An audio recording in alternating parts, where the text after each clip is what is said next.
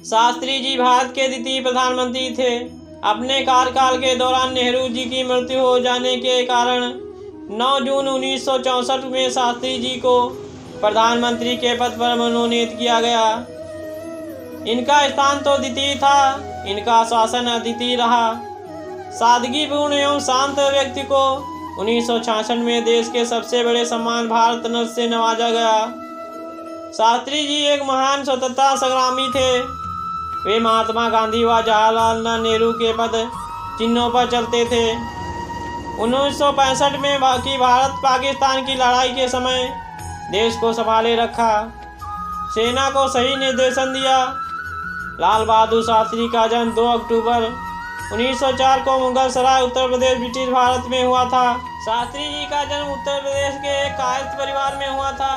इनके पिता का नाम मुंशी शारदा प्रसाद श्रीवास्तव था। वे प्राथमिक शाला के अध्यापक थे। इन्हें मुंशी जी कहकर संबोधित किया जाता था। इनकी माता का नाम राम दुलारी था। लाल बहादुर शास्त्री के बचपन में परिवार के सदस्य नन्हे कहकर पुकारते थे।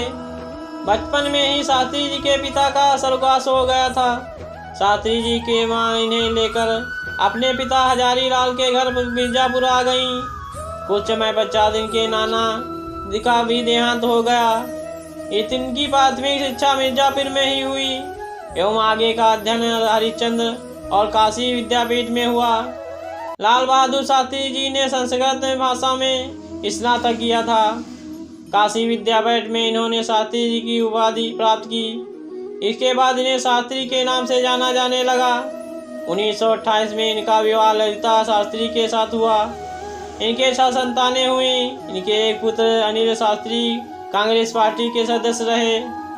स्वतंत्रता की लड़ाई में शास्त्री जी ने मरो नहीं मारो का नारा दिया था, जिससे पूरे देश में स्वतंत्रता की ज्वाला की तीव्र कर दिया गया।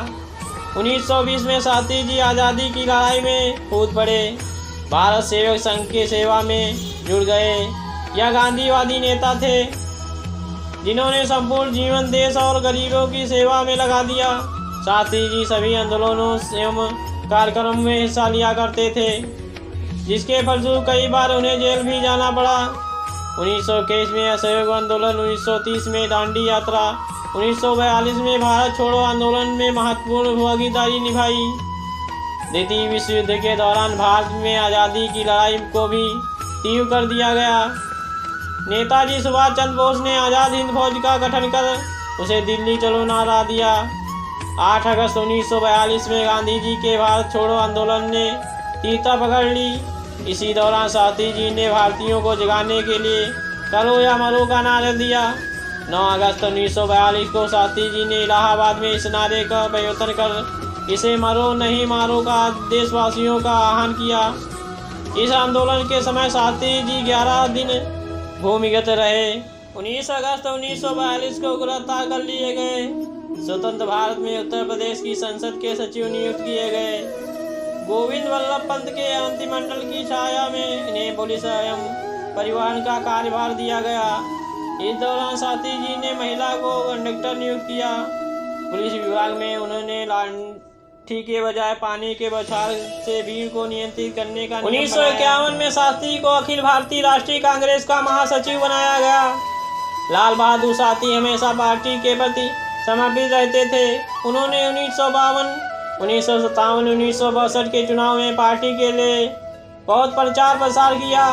कांग्रेस को भारी बहुमत से विजयी बनाया।